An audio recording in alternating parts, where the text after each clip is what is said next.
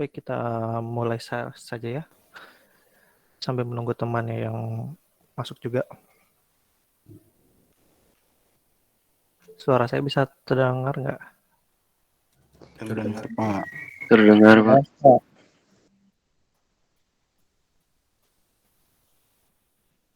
Terdengar, Pak.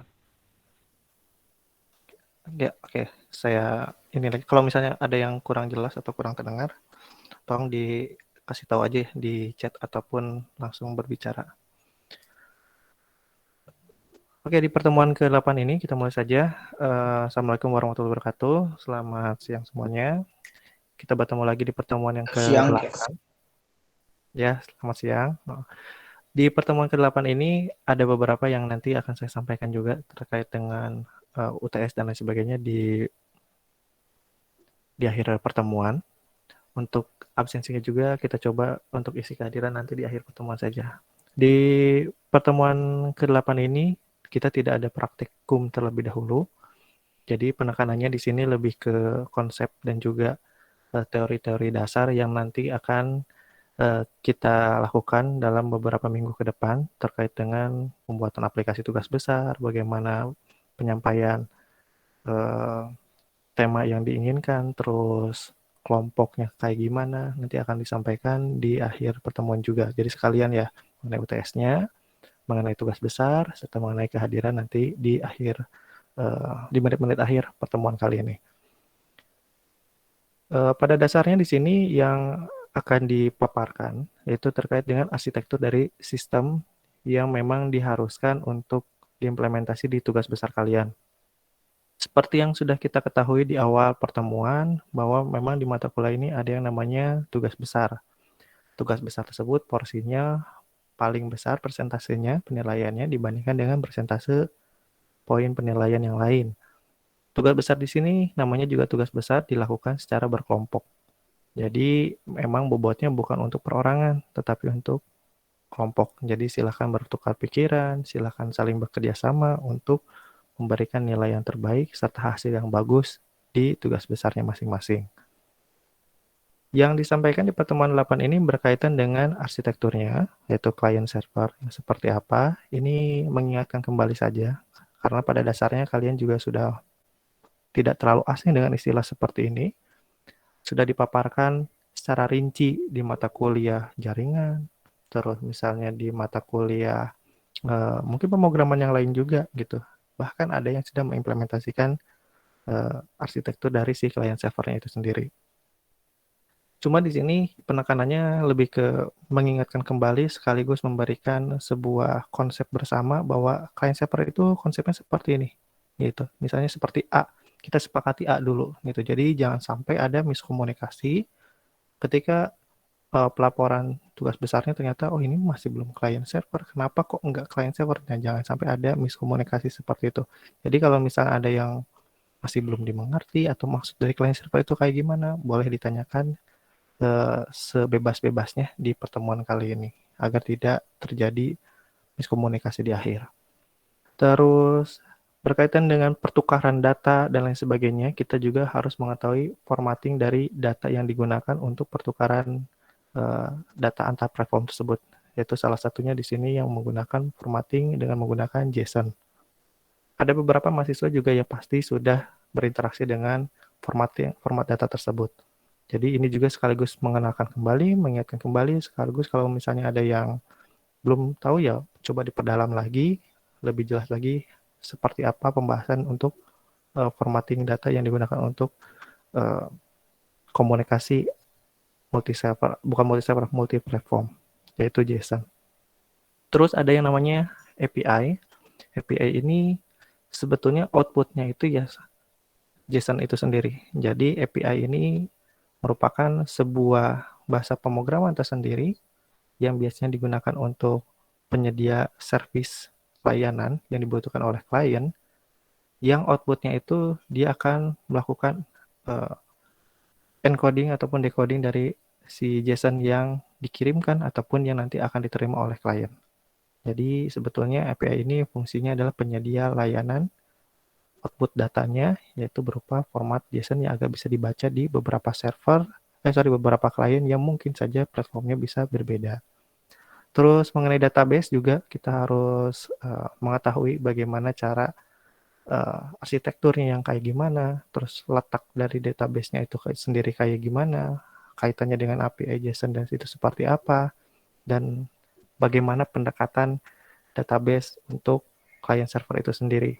Apakah database dengan bahasa SQL itu bisa dimasukkan ke dalam client server? Kalau yang NoSQL bisa juga kah atau kayak gimana? Nah, itu akan dibahas secara detail di pertemuan kali ini. Sekaligus mungkin akan saya sampaikan mengenai mengenai pertemuan ke depan atau sisa pertemuan ke depan. Untuk tutorial client servernya itu sendiri kan di sini saya harus memilih salah satu ya. Apakah menggunakan API atau yang menggunakan database? Diputuskan di pertemuan kali ini. Kalau ada yang tidak tidak tersampaikan, mungkin kita akan sediakan secara sinkronus saja. Jadi tidak dipaparkan di pertemuan, tetapi materi dan juga cara implementasinya akan diberikan modul yang terpisah. Itu kita mulai di minggu depan ya. Oke, kita lanjut ke slide-nya saya aja.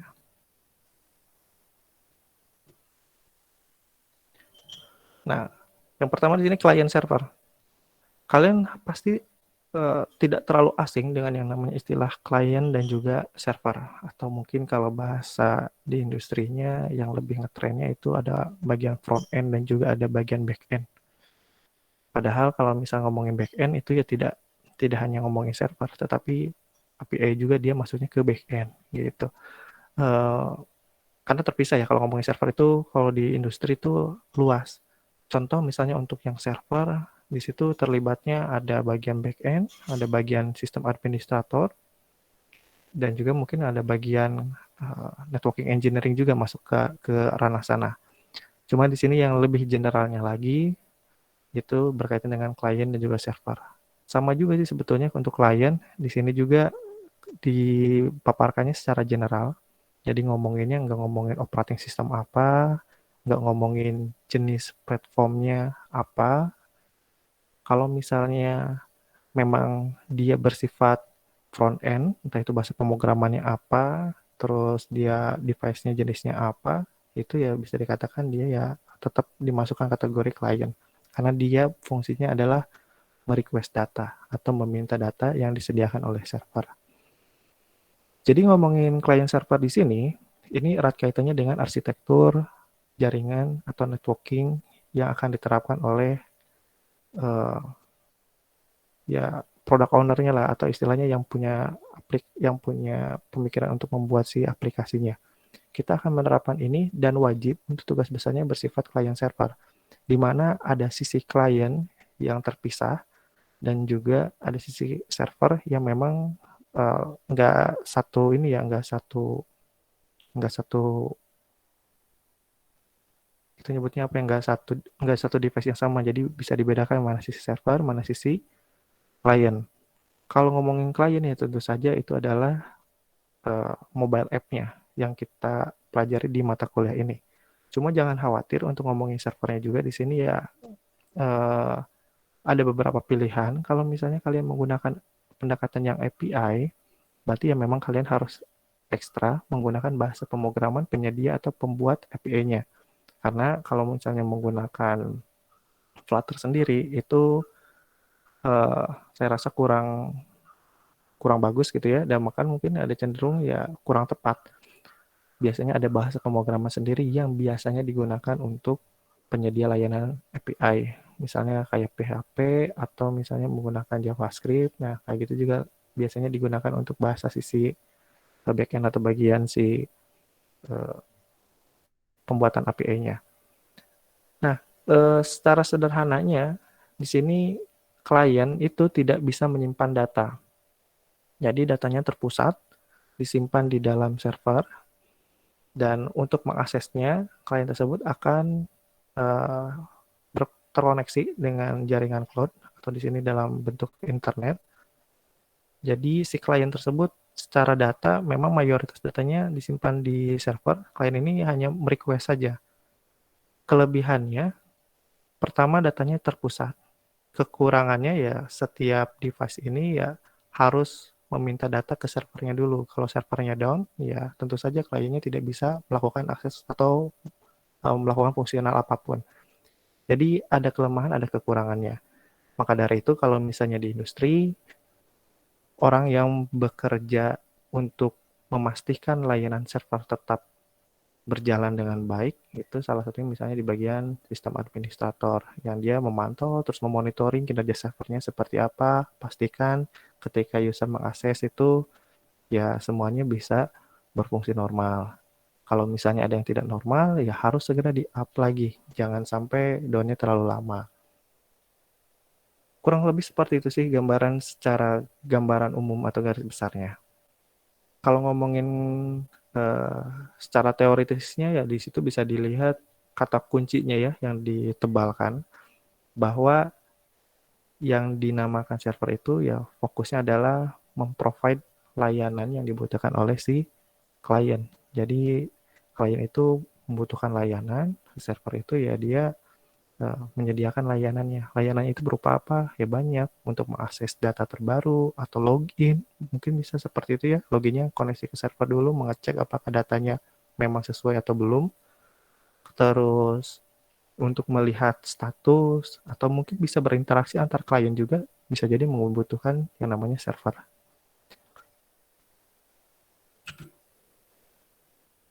Lebih jelasnya di sini, kalau ngomongin klien, di situ dikasih boldnya, kata kuncinya adalah uh, requesting service from the server. Jadi fungsi klien di sini adalah yang meminta layanan, meminta service. Servisnya bisa berbagai macam seperti yang tadi sudah disebutkan, bisa berkaitan dengan permintaan data, bahkan update data juga itu masuk ke bagian service. Jadi istilahnya berkaitan dengan pertukaran data itu yang disebut dengan service.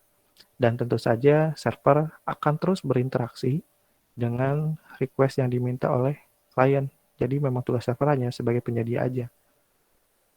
Klien yang mengolah logiknya dan juga klien yang melakukan akses apa itu push data atau get data. Kurang lebih seperti itu sih gambaran umumnya ya. Kalau bagian server di sini sekali lagi ditekankan di situ adalah providing service to the client. Jadi ya memang tujuannya untuk menyediakan layanan.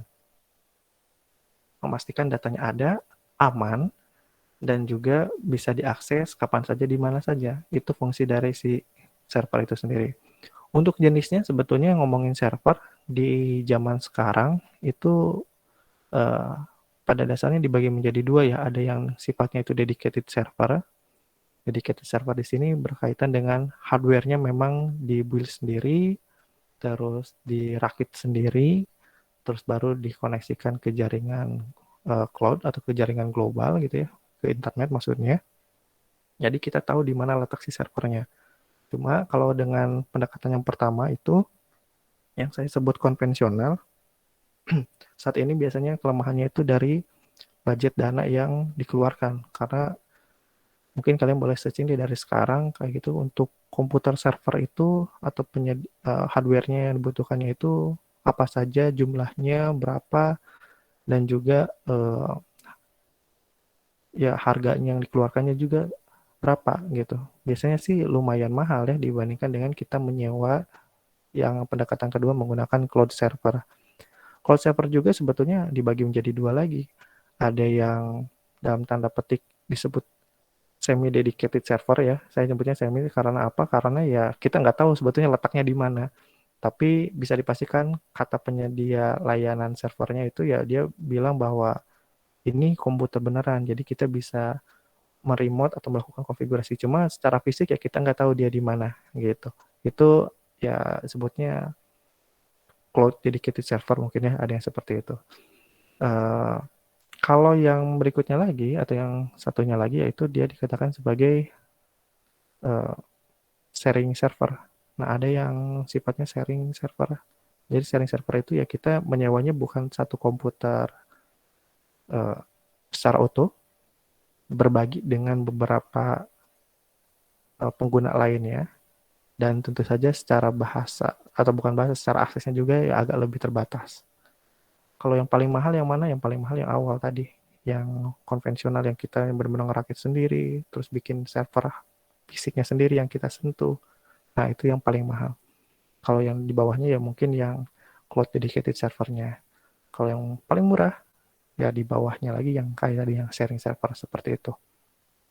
Kalau ada yang suka membuat web, melakukan hosting dan segala macam, itu sebetulnya masih ke bagian sharing server sih. Bahkan belum dikatakan full server sebetulnya karena sangat terbatas ya. Terbatasnya hanya di bagian akses untuk cPanel-nya saja. Di mana di dalamnya ya memang ada penyimpanan segala macam tapi sangat terbatas. Jumlah kapasitasnya juga ya nggak terlalu besar. Kalau misalnya udah semakin kompleks webnya, menyimpan datanya juga semakin banyak, otomatis ya tidak bisa menggunakan hosting. Mungkin harus menggunakan ya minimal yang cloud dedicated servernya lah gitu. Lebih bagusnya lagi ya kalau bikin sendiri, cuma ya wah mahal banget gitu. Kalau untuk mau bikin sendiri biasanya konsultasinya itu dengan penyedia layanan server yang terkemuka biasanya.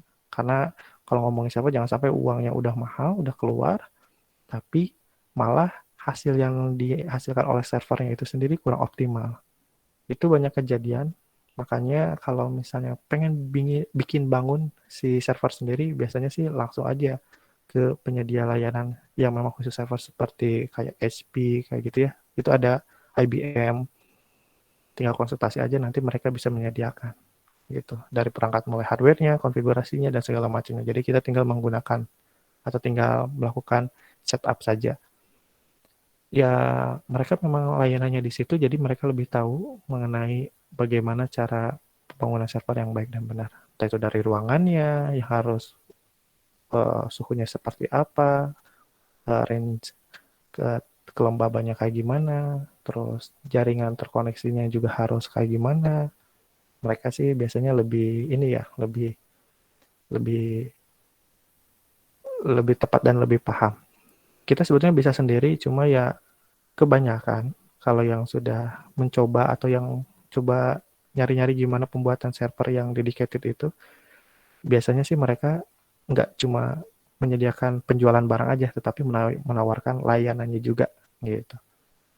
Ya daripada kita bikin sendiri terus ada konfigurasi yang kurang tepat, lebih baik serahkan ke mereka dan kita langsung setup saja sesuai dengan keinginan kita gitu.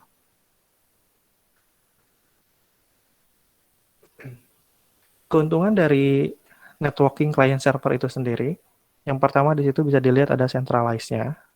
Ini berkaitan dengan terpusatnya data, di mana data tersebut memang mayoritas itu disimpannya di server.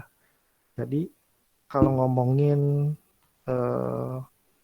penyimpanan datanya yang terpusat, sebetulnya ini jadi pisau bermata dua juga ya. Di satu sisi memang terpusat itu memudahkan kita untuk mengupdate, mengkonfigurasi, dan lain sebagainya. Penyimpanan datanya juga jauh lebih mudah untuk diakses ya.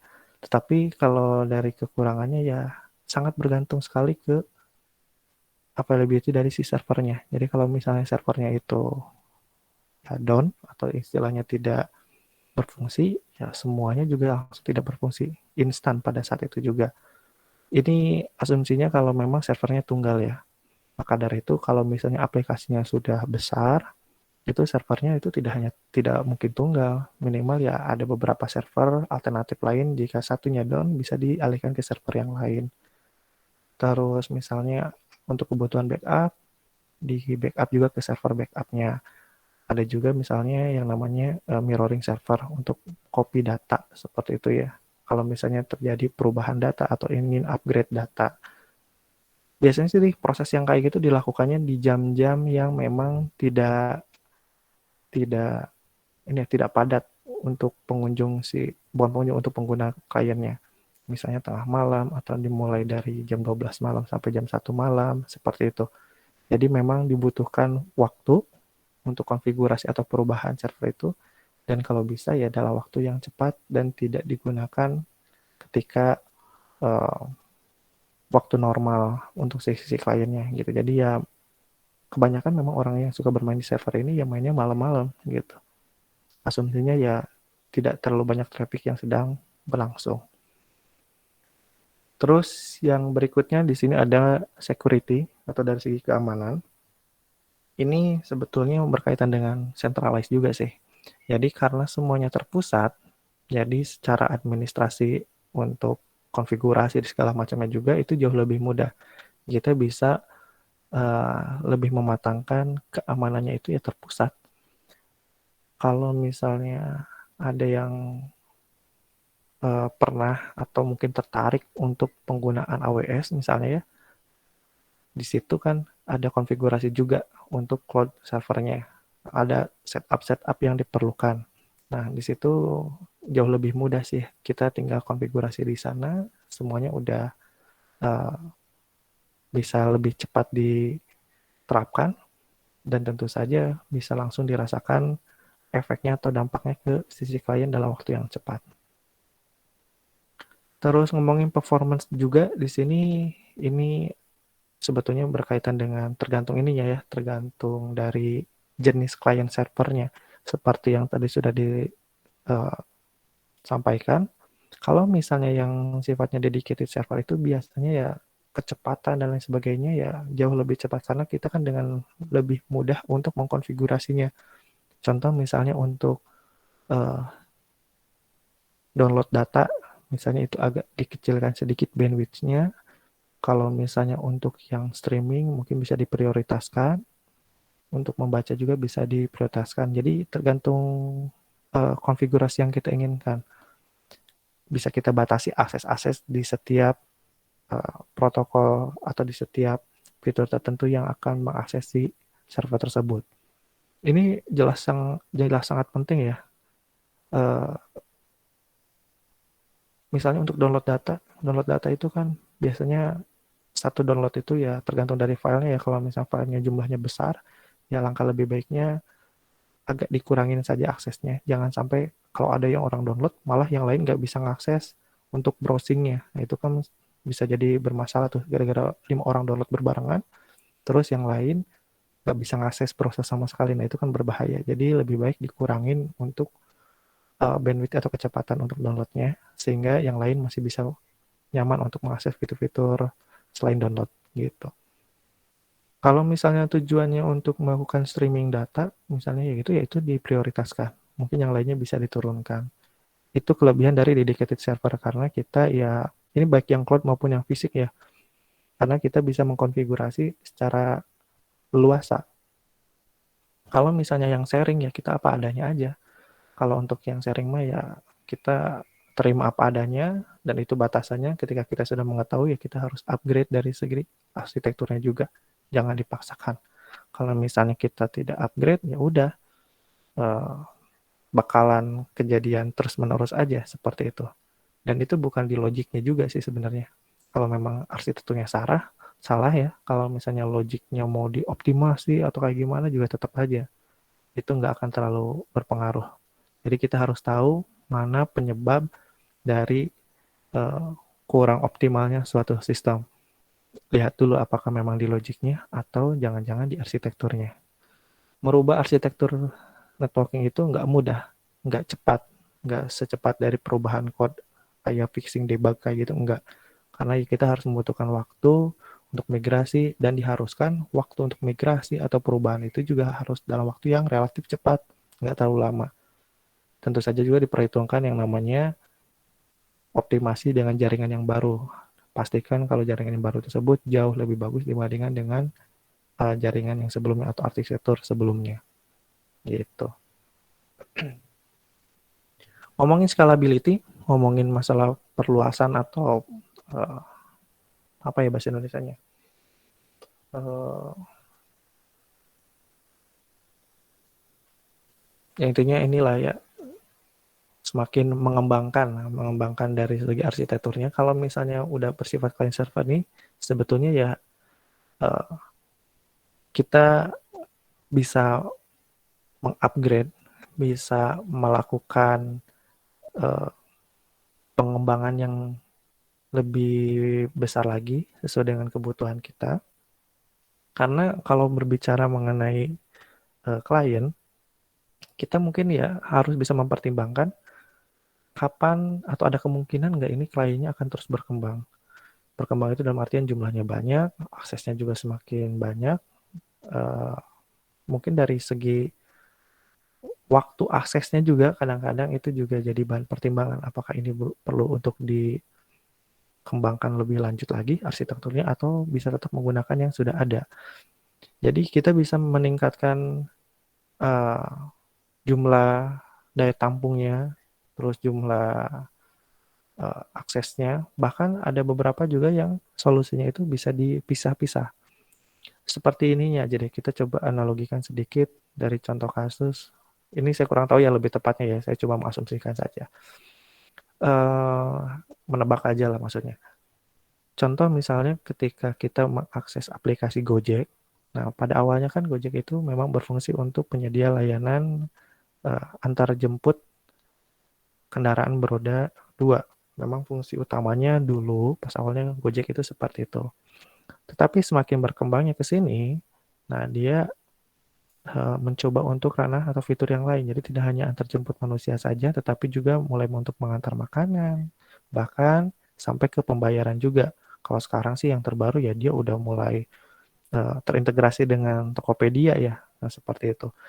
Nah, kalau misalnya kita lihat dari sisi arsitekturnya, mungkin pas awalnya dia membuat server itu ya udah cukup untuk masalah uh, layanan Gojeknya saja, untuk layanan antar jemput manusianya saja. Tetapi ketika sudah berkembang menjadi GoFood atau menjadi GoPay, nah dia juga harus memikirkan mungkin apakah mungkin tetap menggunakan satu server tersebut.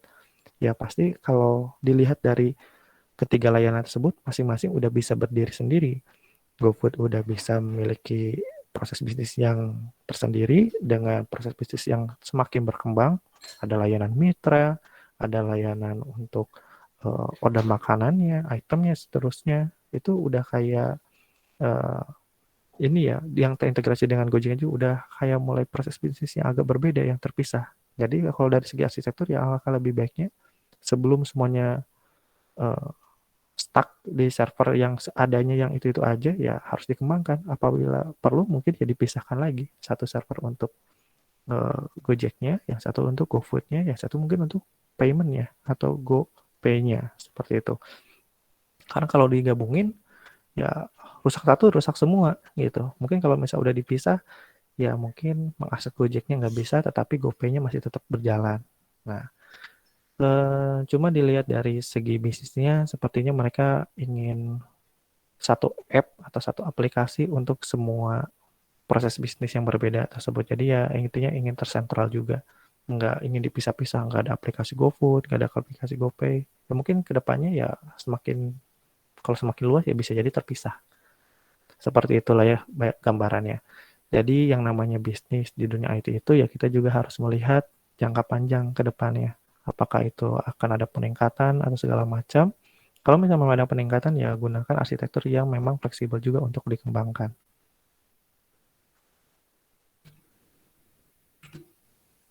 Kekurangan-kekurangan dari si client server ini sebetulnya tadi ada yang sedikit disinggung ya di bagian sebelumnya atau di slide sebelumnya yang seperti pisau bermata dua yaitu berkaitan dengan traffic.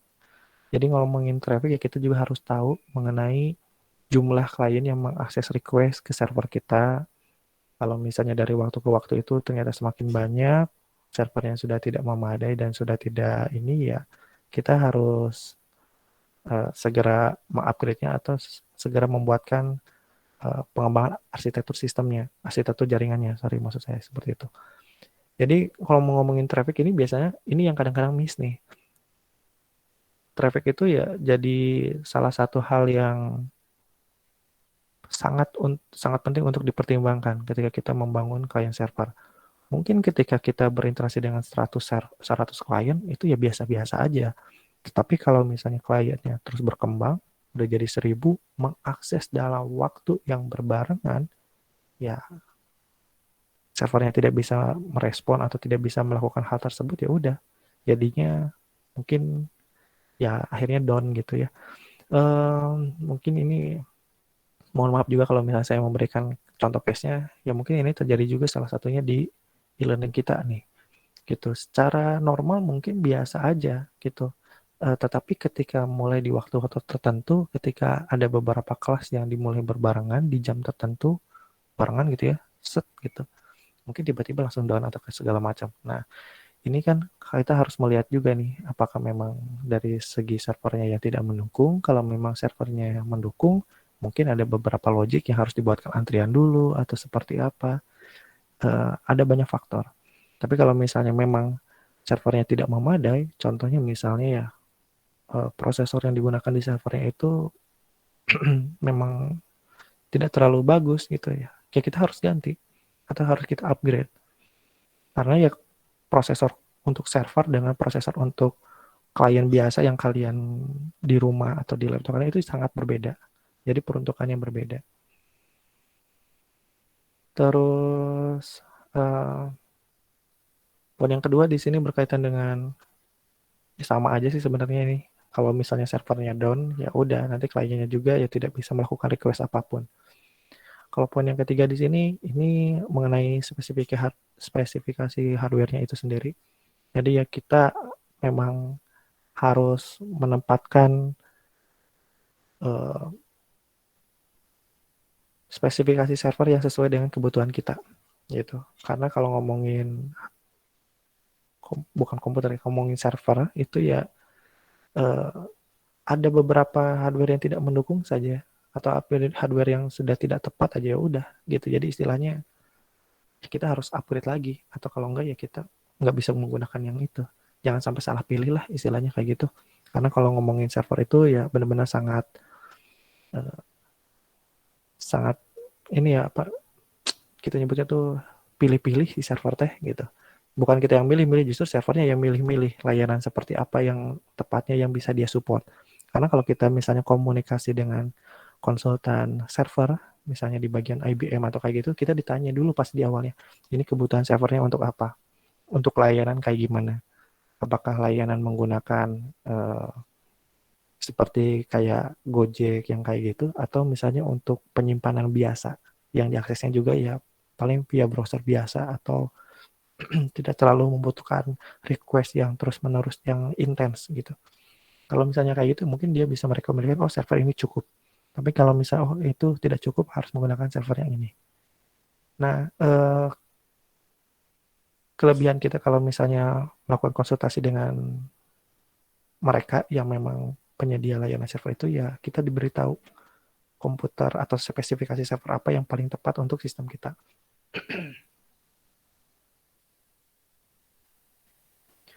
Terus yang paling terakhir di sini, sebentar, saya ngambil minum dulu, agak seret.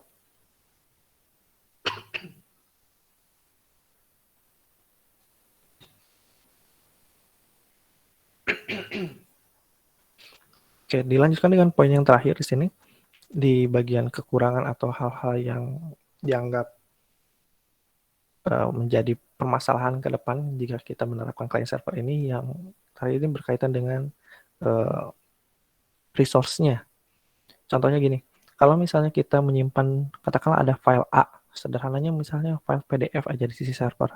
Nah, ketika kita ingin melakukan print out atau cetak ke printer, nah itu kita harus download dulu si file PDF-nya.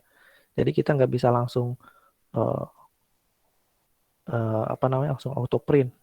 Nggak bisa, ya minimal kita download dulu deh gitu, atau merubah printoutnya jadi PDF dulu, baru kita bisa print langsung ke printer kita. Karena pada dasarnya ya semua atau file tersebut ya adanya di sisi server, di klien nggak ada. Jadi minimal dia harus download dulu. Ini sama halnya kalau kalian misalnya menggunakan aplikasi Netflix lah, itu kan sebetulnya ketika kalian play, si filmnya itu kan tidak tersimpan di klien. Jadi memang dia ada di server, cuma servernya yang menyediakan layanan streamingnya gitu, layanan untuk mengaksesnya.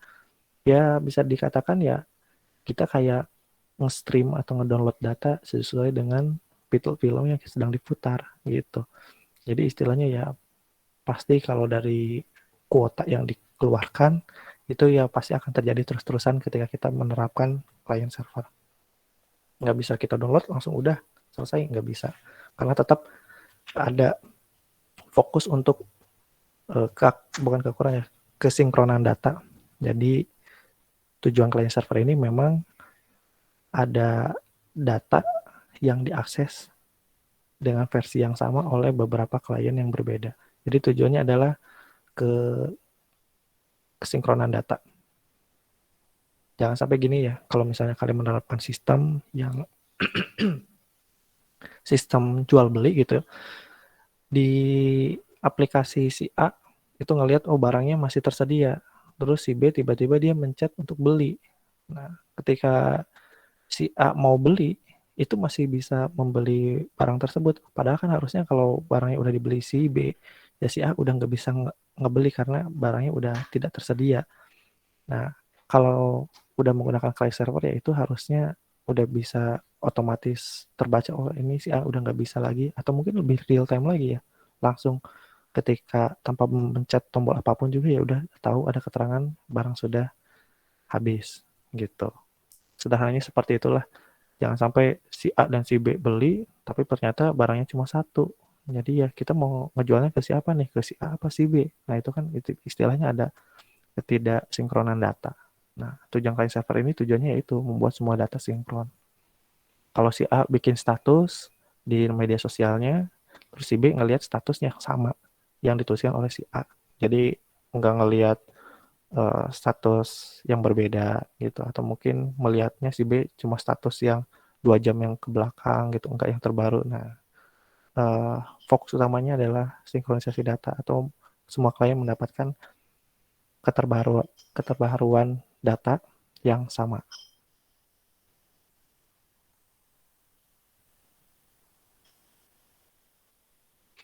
Terus berikutnya kita di sini membahas mengenai JSON. JSON itu apa sih sebetulnya? JSON itu sebetulnya merupakan format data. Format data yang biasanya digunakan untuk pertukaran atau penyimpanan data. Jadi, ketika klien berkomunikasi dengan server, itu kita nggak tahu nih pakai bahasa pemrograman apa nih gitu. Ya, mungkin kliennya bisa berbeda. Ada yang menggunakan Java, misalnya untuk Android native, atau misalnya ada yang menggunakan web, misalnya menggunakan PHP, atau menggunakan desktop untuk sysap dan seterusnya, kayak gitu ya. Tapi pengen mengakses data yang sama di sisi server. Nah, gimana caranya nih? Gitu. Untuk mendapatkan data yang sama, akses ke server, ya diperlukan suatu keseragaman bahasa dulu gitu. Di sini yang digunakan adalah JSON. Jadi ketika kliennya misalnya, contohnya kliennya kita menggunakan Flutter nih, atau menggunakan Dart. Terus ada lagi yang sebelumnya menggunakan eh, katakanlah misalnya Java gitu ya, Java Desktop atau Java FX. Ingin mengakses ke server yang sama, ya kita buatkan jembatannya dulu atau sepakati bahwa nanti komunikasinya itu menggunakan JSON. Jadi dari Flutter kita uh, format inputannya ke JSON, terus si yang dari Java FX juga sama di formatnya ke JSON. Jadi ketika ingin mengirimkan data atau membaca data, itu kayak tidak ada perbedaan. Karena bahasa yang dikeluarkan oleh si servernya itu satu bahasa yang sama yang bisa diakses oleh beberapa bahasa pemrograman yang lain. Yaitu salah satunya adalah JSON.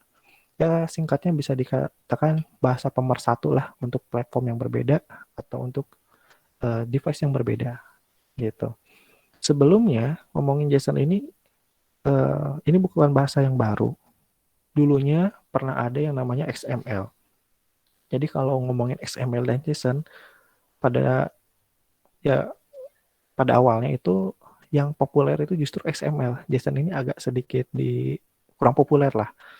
Jadi dulunya itu pertukaran data menggunakan XML, tetapi semakin ke sini ternyata orang lebih menyukai dengan segala kelebihan yang diberikan, lebih menyukai menggunakan JSON.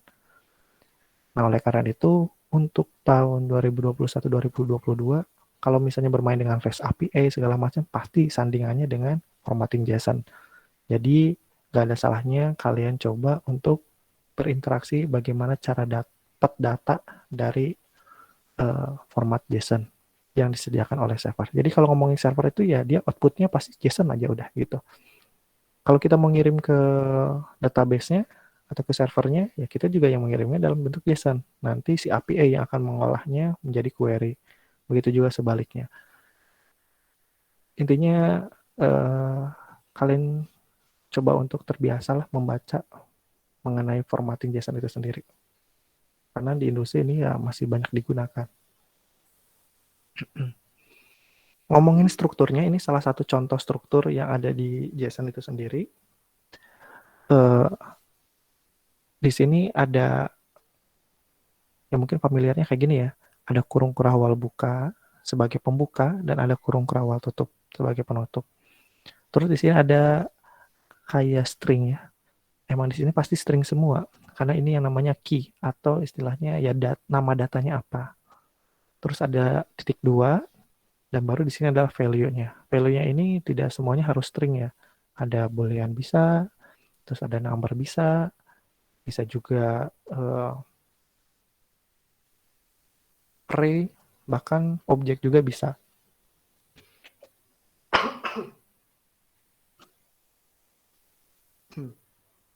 Pemisahnya di sini adalah koma. Jadi untuk memisahkan antara satu key dengan key lainnya itu menggunakan koma. Ada beberapa juga yang di sini untuk yang terakhir nggak pakai koma. Tapi ya kalau misalnya kalian membuat format biasanya lebih baik pakai koma aja biar aman. Biar lebih mudah lah. Karena kalau pakai koma juga nggak terlalu berpengaruh. Daripada kayak gini, terus di bawahnya tiba-tiba nambah baru, terus dia kurang koma, biasanya kebacanya langsung error. Nah, di sini titik dua ini pemisah antara key dengan value-nya. Jadi opsional aja sebetulnya sih. Kalau ada koma juga nggak terlalu berpengaruh. Yang perlu kalian uh, perhatikan adalah ininya aja sih. Jadi di sini ini tuh dikatakan sebagai objek. Kalau misalnya yang ada kurung siku ya, kurung siku buka, kurung siku tutup itu biasanya dikategorikan sebagai JSON of array. Jadi ini JSON objek, bentuknya JSON objek. Kalau misalnya ada yang kurung siku itu JSON array. Cara mengaksesnya berbeda. Mengakses JSON array sama JSON objek itu berbeda. Ada sedikit perbedaan lah untuk query get-nya. Untuk push-nya juga sama. Atau untuk mengirimnya juga sama berbeda. Maksudnya untuk mengirim dan juga mendapatkan datanya itu pasti berbeda. Di sini key-nya ada yang namanya to. Di sini ada value-nya kayak nomor telepon ya. Terus from, nomor telepon juga. Terus ada pesan. Seperti ini. Jadi bisa dikatakan kalau secara gambaran umum melihat format JSON ini, sepertinya ini digunakan untuk pengiriman pesan ya. Antara satu klien ke klien yang lain atau satu user ke user yang lain. Dari nomor 628.111 ke 628.22 dengan pesannya ini. Ini perbedaan yang tadi yang sudah disebutkan, JSON object dengan JSON array bedanya di mana? Kalau value ya pasti di antara dua-duanya ada value-nya, ada key-nya juga. Nah di sini JSON object itu tadi pemisahnya itu kurung kurawal buka dan kurung kurawal tutup. Kalau misalnya array dia kurung siku buka dan kurung siku tutup. Bisa kayak gini ya, kalau misalnya memang array-nya cuma satu yang sama, misalnya array string, ya langsung aja value-nya berapa, value-nya apa. Tapi kalau misalnya array-nya udah mulai kompleks kayak array of object, nah di sini ya berarti objeknya juga tetap ada value, ada key, ada value-nya juga kayak gitu. Jadi nggak baku pasti array itu kayak gini ya, enggak gitu. Tergantung dari struktur pembuatan JSON-nya. Makanya ini perlu juga dipertimbangkan kalau bikin API itu ya kenapa kebanyakan kalau misalnya ngomongin back end programming itu dianggapnya susah-susah, ya gampang-gampang susah gitu. Gampangnya ya kayak terlihat cuma bikin function method untuk konversi ke JSON atau kebalikannya kayak yang terlihat mudah. Tapi kalau misalnya back end programmer yang baik ya kita harus bisa membuat sebuah format yang mudah untuk dibaca dan mudah untuk diakses oleh programmer front end-nya gitu. Jangan bikin struktur JSON-nya itu terlalu banyak hierarki. Contoh misalnya gini, balik lagi sini deh. Kalau misalnya di sini ada to from, tapi message ininya dia masuk ke array lagi, masuk ke objek, terus masuk ke apa lagi, terus segala macamnya itu kan semakin akses ini kan semakin susah gitu. Semakin lama juga untuk pembacaannya. Jadi ya disesuaikan kalau misalnya peruntukannya untuk mengambil data user tunggal, ya udah sediakan aja format JSON untuk tunggal aja, jangan digabungin. Jadi jangan semuanya berasal dari get all, udah aja. Jadi nanti front end-nya yang ini apa namanya, yang harus ngefilter satu-satu. Itu cukup merepotkan. Kalau bisa ya disesuaikan. Misalnya bagian front end-nya butuh apa? Butuh untuk mengecek data informasi user tapi yang satu orang atau perorangan, ya udah kirimkan atau buatkan sebuah layanannya, fungsinya yang ketika mengakses tersebut akan memberikan output JSON-nya untuk data tunggal tersebut. Gitu. Jadi jangan sampai semuanya berasal dari get all, udah nanti frontend sendiri yang ngambil, yang milih-milih yang sesuai diinginkan, ya pengaksesannya juga lama. Begitu. Ini contoh lagi yang mungkin agak lebih real ya. Di sini ada, ini contohnya dari petani code, saya ambilnya. Di sini ada name, namanya petani code, URL-nya ini. Terus ini ya sebetulnya data aja, data biasa aja. Jadi dari JSON itu, dari server itu mengeluarkan output ini aja. Nah, kita bagian front end, bagian mobile app-nya, kita gimana caranya harus ngambil ini. Misalnya saya pengen ngambil sekarang name-nya apa, ya kita berarti masuk ke sini dulu, terus ambil objeknya dengan key-nya name, nanti value ininya muncul. URL muncul, ininya muncul. Kalau untuk mengakses Facebook, ya kita nggak bisa langsung ini. Kita masuk ke objek sosial medianya dulu, baru di situ masuk ke dalam objek Facebooknya, baru dapat. Dan seterusnya. Nah, ini masih cukup sederhana kelihatannya ya. Tapi kalau misalnya bagian back-end engineering-nya yang kurang bagus, ya biasanya dia kesininya terlalu banyak hierarki. Jadi ya untuk mengaksesnya ya kita berapa kali masuk objek tuh. Nah, itu kan cukup merepotkan. Nggak optimal, pembacanya juga pasti lebih lama. Jadi sebisa mungkin fokusnya bagi penyedia API atau bagi back-end engineering itu ya kalian harus bisa menyediakan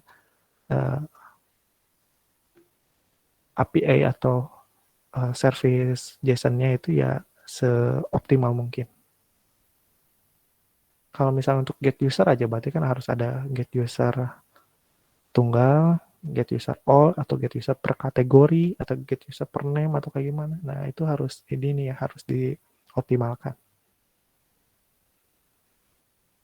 Erat kaitannya dengan query sih biasanya. Ini ngomongin JSON encode dan juga decode. Kalau ngomongin encode, itu kan encoding ya, jadi merubah ke format JSON.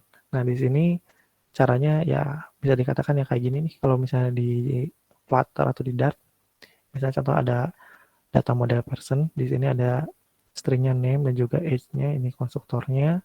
Kalau ini untuk pembacaan dari JSON. Kalau misalnya ini untuk yang encodingnya, jadi tinggal pakai tuh JSON aja, dan ini dia akan membuatkan format JSON-nya kayak gini, dengan ini nama key-nya dan ini ada value-nya. Kalau misalnya yang di kanan, ini untuk pembacaan JSON-nya. Misalnya ada raw JSON-nya kayak gini nih, udah dapat. Ada kurung buka kayak gini, kurung tutupnya, ada key name yang value-nya Mary dan juga key age dengan value-nya 30. Nah, untuk ngebaca ini biar dapat name-nya apa, age-nya apa, ya harus menggunakan ini, JSON decode, diambil dari string raw JSON-nya apa. Jadi kalau ngomongin JSON itu ya sebetulnya kumpulan string dengan format tertentu, yaitu format JSON. Maka dari itu sebetulnya untuk mengaksesnya itu ya relatif cepat. Terus di sini kalau untuk udah kayak giniin, udah di mapping dengan string dan juga ini dynamic. String itu ya dia key-nya. Jadi key-nya itu pasti string. Kalau ini dynamic itu ya value-nya macam-macam ya, bisa true false, bisa boolean, bisa numeric, bisa string. Jadi ini ya dynamic. Jadi untuk mengaksesnya tinggal kalau udah dibuat mapping kayak gini, tinggal untuk yang name-nya tinggal tinggal map kurung siku nama key-nya apa. Jadi dia akan mengembalikan Mary untuk yang di sini. Kalau yang di sini akan mengembalikan 30. Dan di sini dimasukkan ke objek ini. Jadi dia udah dapat ini dimasukkan ke person-nya, namanya Mary dan juga umurnya 30. Gitu. Untuk mengaksesnya atau untuk mengembalikan lagi ke JSON, tinggal menggunakan person to JSON, balik lagi. Itu dikirimkan ke URL API si servernya apa. Kita coba praktekin itunya nanti di minggu depan aja ya. Nah, ini ada yang namanya API. API ini singkatannya dari Application Programming Interface. Jadi tujuannya seperti yang sudah dipaparkan di slide-slide sebelumnya, tujuannya adalah menjembatani dari sisi database agar bisa diakses oleh klien. Sebetulnya gini, tanpa API bisa nggak? Ada dua pilihan. Jawabannya bisa. Yang pertama menggunakan remote database. Jadi remote database itu ada beberapa uh, database yang bisa diakses langsung dari klien atau dari front end. Jadi benar-benar query-nya itu, select bintangnya itu benar-benar ada di mobile app-nya lah gitu. Ada karena ada beberapa memang database yang digunakan yang bisa diakses secara remote gitu. Jadi dia langsung nabrak beberapa protokol. Nah, kayak gitu bisa. Cuma kekurangannya apa ya? Berarti query-nya itu benar-benar terlihat jelas di codingan kliennya atau di front end-nya. Kalau misalnya ada orang yang iseng, misalnya ngebuka dari APK-nya atau mencoba untuk melihat shortcode-nya, terus melihat oh ini servernya di sini nih, terus oh ya, dia langsung menggunakan remote, ya udah dari segi keamanan ya jauh lebih rentan gitu. Jadi itu mungkin yang paling bawah ya, solusi yang paling tidak bagus lah. Tapi bisa diimplementasi nggak? Bisa. Terus di yang sejajar dengan API ini ada yang namanya SDK atau SDK. Jadi ada beberapa yang memang menggunakan API, ada juga yang menggunakan pendekatan SDK. Kalian boleh searching mungkin ya, API versus SDK mana yang lebih baik. Itu sebetulnya jawabannya masih jadi perdebatan juga sih. Ya tergantung kalian lah mau pilih yang mana. Ada kelebihan, ada kekurangannya masing-masing. Kalau menggunakan API ya berarti kalian ada bahasa pemrograman tersendiri yang memang untuk penyedia API yang memang harus kalian kuasai gitu. Jadi kalau misalnya nanti tugas besarnya ada yang menggunakan API, ya silahkan aja, saya tidak melarang. Kalau misalnya kalian mau menggunakan bahasa apapun itu ya silahkan. Yang pasti penekannya di sini adalah client servernya ada atau client servernya benar-benar terimplementasi dengan baik. Kalau misalnya ada yang menggunakan SDK ya silahkan juga gitu. Cuma untuk yang opsi terakhir yang tadi yang remote itu saya tidak menyarankan lah gitu. Untuk di mobile programming 2 tidak disarankan untuk menggunakan client server yang menggunakan remote database. Nah, kalau yang SDK itu kayak gimana contohnya? SDK itu contohnya yang menggunakan Firebase. Jadi dia kita tidak perlu untuk membuat API-nya sendiri, tetapi dengan menanamkan SDK atau konfigurasi bagian server yang disimpan di app-nya, kalau misalnya sudah ada dan sudah sesuai, ya udah nanti tinggal dilakukan pengolahan data yang ada di database servernya gitu. Cuma ya SDK tersebut juga kalau ngomongin keamanannya ya itu ada beberapa keamanan yang diterapkan ya dari segi SDK-nya juga ada enkripsi, terus untuk validasi kayak gitunya juga ada di sisi servernya juga gitu. Kelebihannya ya kalau SDK itu ya lumayan mudah dan kita tidak perlu membuat uh, layanan layanan uh, service dengan output JSON sendiri ya kita tinggal pakai aja, kita tinggal ikuti gitu. Cuma ya keamanannya yang sedikit berbeda karena dia menanamkan si SDK-nya dulu di bagian client atau bagian front end-nya. Kalau yang API ini dia tidak menanamkan, cuma ya kita ya memang ada konfigurasi lah untuk URL kayak gitu. Cuma untuk dari segi keamanannya biasanya nembak menggunakan HTTP protokol biasanya ya. Kalau yang lebih tepatnya lagi ya servernya menggunakan API-nya bukan menggunakan HTTP, tapi ya tingkatkan lagi misalnya jadi HTTPS kayak gitu. Gambaran secara umumnya mungkin letak si API itu di sisi mana ya, di sisi ini. API itu memang tertanam di dalam server. Jadi semua klien tersebut ya untuk mengakses database-nya dia lewat API dulu. Baru logik-logik kayak gitunya diolah oleh API. Kalau misalnya ada yang diperlukan juga ya dia akan menyediakan. Jadi bisa dikatakan kayak pintu masuknya lah sebelum masuk ke database gitu. Jadi ya ini yang paling disarankan. Jangan langsung nembak ke database. Kalau menggunakan remote itu sangat tidak aman. Fitur-fiturnya bisa ngapain aja sih API ini? Kalau ngomongin API, ya tentu saja protokolnya menggunakan HTTP. Terus di sini ngomongin uh, aksesnya itu bisa menggunakan get, post, put, dan juga delete. Put itu biasanya untuk upload ya. Post itu untuk mengirimkan, ya lebih amannya menggunakan post sih. Tapi ada beberapa juga yang memang masih menggunakan get. Uh, tergantung keperuntukannya sih. Tapi kalau saya ditanya ya lebih baik untuk get data kayak gitunya juga menggunakan POS aja jauh lebih aman. Tidak tercantum di bagian URL. Terus di sini ada memiliki respon accept header dan juga HTTP status code-nya. Ini mungkin kalian tadi ngalamin juga. Ketika mengakses e-learning kan itu ada kodenya kalau nggak salah sekarang itu 502 ya. Nah, itu merupakan salah satu status code respon yang diberikan oleh server. Jadi banyak ininya ya, banyak jenis code-nya. Biasanya kalau misalnya untuk menginputkan data, status berhasilnya itu 201 atau 200. Kalau untuk get data 200, biasanya kayak gitu. Kalau misalnya untuk hal yang error ada 401, 404, 502. Nah, bagian si klien itu atau bagian di mobile app-nya, kalau bisa jangan sampai mengeluarkan tampilan error code-nya, tetapi diubah ke bahasa yang lebih manusiawi. Misalnya server sedang tidak bisa diakses atau server uh, sedang maintenance, dan kayak gitu. Jadi kita di bagian front end ini ya harusnya bisa untuk memberikan informasi yang lebih informatif lagi ke user. Jangan memberikan debugging code-nya langsung muncul di layar klien. Itu sangat kurang bagus. Terus responnya juga dengan formatnya JSON atau XML. Ya, dalam case ini ya kita gunakannya JSON saja. Terus mendukung fitur MVC seperti routing, controller segala macam ini bisa dikonfigurasi sebetulnya. Terus web API juga dapat berjalan di Apache atau di web server, bahkan di hosting juga bisa sebenarnya. Dan didukung oleh sesuai bahasa pemrograman yang digunakan. Yang mau pakai yang sederhana misalnya PHP silahkan, atau misalnya menggunakan bahasa pemrograman backend yang lain, ada yang terkait dengan JavaScript yang kayak gitu ya silahkan juga. Terserah, sebetulnya nggak jadi masalah, cuma ya pasti ada URL yang dibutuhkan untuk mengakses tersebut, metodenya apa, dan juga cara pembacaan JSON-nya.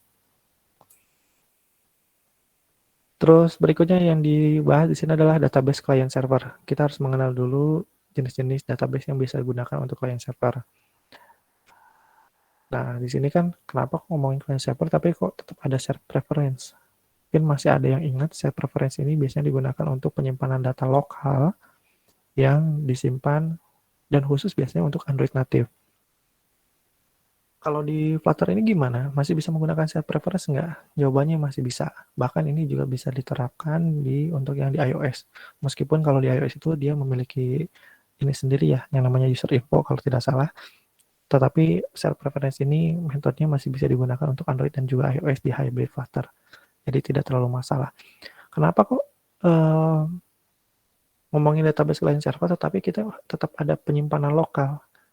Apakah itu masih tetap diperlukan atau enggak?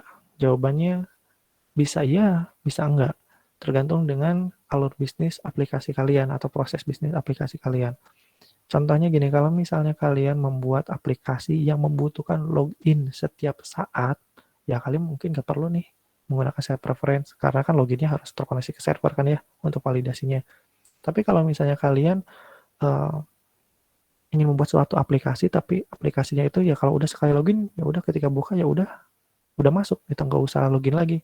Nah, itu bisa kalian menggunakan share preference untuk menyimpan status loginnya. Jadi untuk ngomongin menyimpan status loginnya itu cukup simpan di lokal saja. Karena kalau misalnya mungkin ada case ya kalau misalnya harus ngecek login terus-terusan ya ini akan lama juga atau jadi si servernya akan sibuk untuk mengatasi login, logout kayak gitu aja sih. Jadi cukup merepotkan. Jadi bisa diprioritaskan ke fungsional yang lain. Ini tergantung dengan kondisi kalian. Biasanya kalau share preference ini disimpan sebagai file fisik yang ekstensinya .xml. Isinya apa ya hampir mirip kayak key-nya apa, terus value-nya apa. Seperti itu aja sih.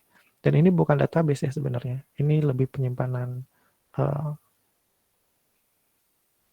ya mirip kayak CSV lah, seperti itu. CSV kan itu bukan database juga ya. Benar-benar file fisik yang memang bisa dibaca dan bisa disimpan di app-nya. Kalau misalnya di uninstall ya share preference-nya juga dia akan hilang. Kalau contoh yang login terus apa? Misalnya M-Banking. M-Banking itu kalau misalnya kalian menginstal Livin dari Mandiri atau misalnya dari M-Banking yang lain, itu kan ketika kalian mau bertransaksi atau misalnya untuk melakukan cek saldo, tetap harus login dan menginputkan PIN kalian kan. Nah, itu ya berarti nggak butuh nih yang kayak gini, karena setiap masuk ya dia harus login dulu. Memang tujuannya seperti itu. Tapi kalau misalnya kayak WhatsApp, nah kalian mungkin ya udah lupa lagi gimana cara login pakai WhatsApp, karena nggak pernah nge-uninstall aplikasinya. Sekali login ya udah gitu. Nah itu ya pasti disimpan si data loginnya. Tapi sebetulnya udah lebih expert ya kalau untuk WhatsApp itu. Jadi kalau misalnya kita login di aplikasi yang lain atau di device yang lain, dia akan melogout aplikasi yang di di di mobile yang lainnya atau di smartphone yang sebelumnya. Jadi kayak memberikan akses bahwa hanya bisa login di satu device saja. Kalau ada device yang lainnya nggak bisa. Ada yang seperti itu.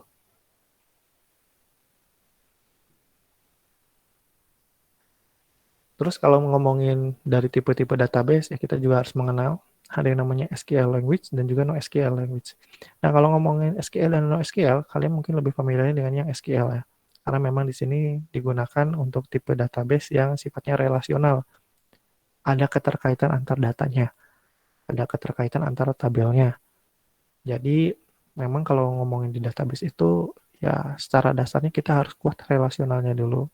Kalau misalnya udah kuat, ketika masuk ke SQL, jauh merasa lebih dimudahkan. Harusnya seperti itu ya. Tapi kalau misalnya di relasionalnya kurang kuat, ketika di NoSQL ya dia makin bingung lagi.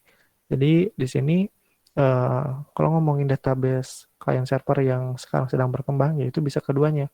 Bisa SQL dan juga NoSQL. Tergantung dari kebutuhan dan peruntukan si aplikasi atau sistem yang dibangun. Kalau misalnya aplikasi yang dibangun kita membutuhkan verifikasi atau kevalidan data yang tinggi, nah kita ya pendekatannya mau nggak mau menggunakan SQL. Tapi kalau misalnya kita prioritasnya ke percepatan data atau untuk uh, penyampaian data yang lebih cepat gitu ya, lebih optimal yang menggunakan NoSQL. Tanpa bisa sedikit mengurangi kevalidan datanya itu bisa menggunakan NoSQL. Jadi peruntukannya ya memang agak sedikit berbeda. Bisa dilihat juga di situ mungkin salah satu contoh yang menonjol adalah NoSQL itu di bagian IoT. Di situ muncul ya, karena biasanya lebih cepat untuk mengakses datanya. Karena kan di situ yang penting real time dan cepat gitu ya, itu jadi andalan untuk NoSQL. NoSQL ini banyak sebenarnya, ada MongoDB, ada Firebase, dan seterusnya. Jadi yang memang tidak terlalu mementingkan yang namanya relasional antar tabel. Kalau yang SQL ini, sejauh yang saya tahu, di salah satu bank swasta juga masih beberapa yang menggunakan SQL untuk bisnis perbankannya. Tapi bukan SQL, bukan MySQL ya, yang minimal Postgre atau misalnya Microsoft Server lah, itu berbeda lagi. Jadi memang peruntukannya untuk SQL Server. Nah, di sini saya pernah melihat yang memang di perbankan juga beberapa yang masih menggunakan SQL. Karena memang dibutuhkan untuk kevalidan data. Mungkin untuk mengecek apakah user tersebut memang uh, masih memiliki, ya contohnya gini deh, kalau misalnya saya sebagai nasabah di salah satu perbankan, terus tiba-tiba saya menihilkan tabungan saya, nah apakah akan menghapus juga data histori transaksinya, akan menghapus uh, rekening koran yang sudah saya lakukan sebelumnya, atau mungkin kalau misalnya ada asuransi segala macam, apakah akan menghapus data tersebut juga, atau tetap dibiarkan. Nah, kalau menggunakan relasional ini, ya kita bisa diberikan opsi pilihannya. Misalnya delete-nya itu ketika delete satu tabel, apakah ada relasi yang terkait dengan tabel tersebut, akan delete all juga, atau cascade juga, atau dibiarkan saja, atau di set ke nol. Nah, SQL itu kan sangat fokus ke bagian perubahan data yang berrelasional tersebut ya.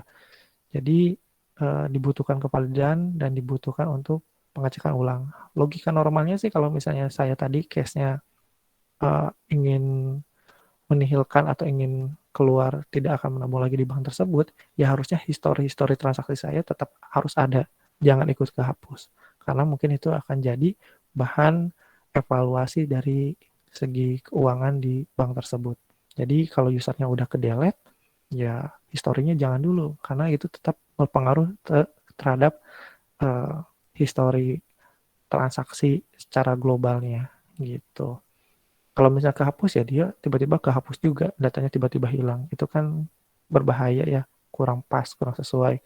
Nah, makanya di SQL itu bisa kita fokuskan ke arah sana. Kelebihannya kurang lebih seperti itu. Kalau NoSQL ini ya mau kehapus atau kayak gimana juga ya bisa bisa bisa masing-masing gitu. Tidak harus ini dicek dulu nih parentnya kemana, ada relasinya nggak? Kalau ada relasi gimana nih, restrict atau kayak gimana hubungannya? Nah, kalau di NoSQL nggak ada. Kalau delete ya delete aja gitu. Makanya ada sedikit beda struktur. Contohnya NoSQL kalau untuk aplikasi chat deh, saya suka menganalogikan kayak gitu. Nggak mungkin juga kan kita misalnya ngecek, contoh misalnya kalau di SQL kan kita mau masuk ke input data, eh, katakanlah input data transaksi gitu ya. Di situ kan tabel-tabel yang berelasi ke tabel transaksinya cukup banyak, ada yang foreign key-nya, yang berapa banyak yang bertamu, seperti itu. Jadi kan untuk insertnya itu juga harus ada pengecekan, eh, apanya namanya tuh joinnya lah, joinnya tuh harus tepat juga, pengecekan onnya udah tepat atau belum kayak gitu. Jadi dia tuh secara akses itu pasti lebih lama karena dia mengecek kevalidan data dari semua relasi yang terlibat ke tabel tersebut. Tapi kalau ke NoSQL dia nggak bisa nabrak gitu.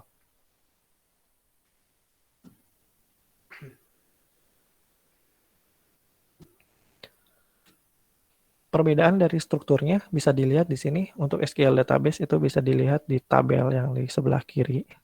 Bentukannya mungkin kalian sangat familiar ya. Di sini ada ID, ada name, ada grade, ada GPA-nya. GPA itu IPK mungkin ya. Di situ ada ya tampilannya tabel seperti ini. Kalau di NoSQL dia perbedaan bentukannya kayak gini. Di sini ada key value, lebih mirip ke JSON sebenarnya.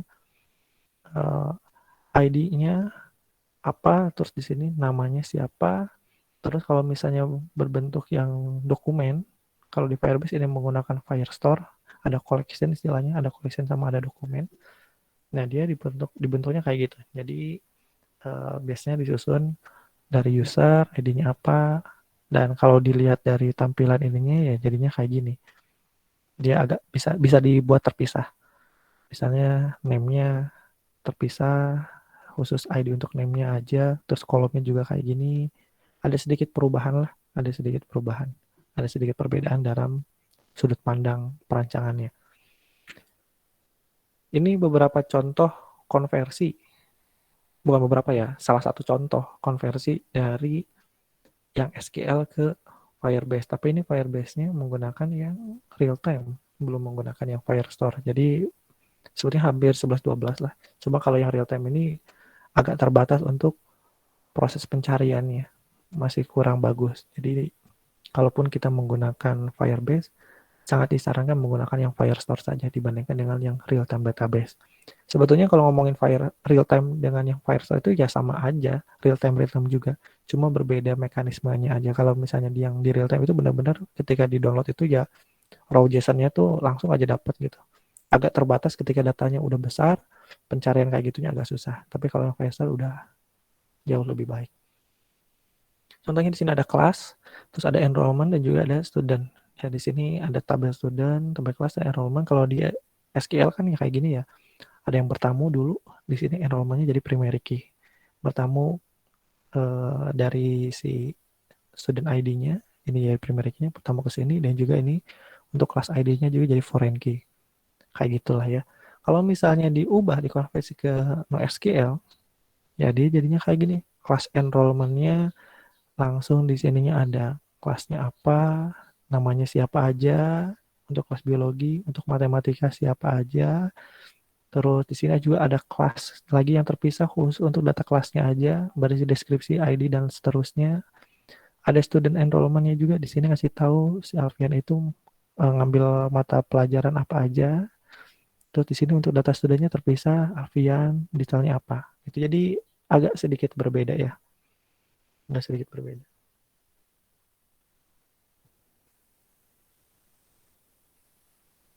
Nah, untuk di pertemuan minggu depan, ini udah di akhir slide sebetulnya. Di, yang akan kita coba praktekkan itu menggunakan Firebase. Jadi kalau misalnya ada beberapa kelompok yang memang ingin membuat dalam pendekatan API, ya silahkan. Nanti kabarin aja kalau memang ada ya.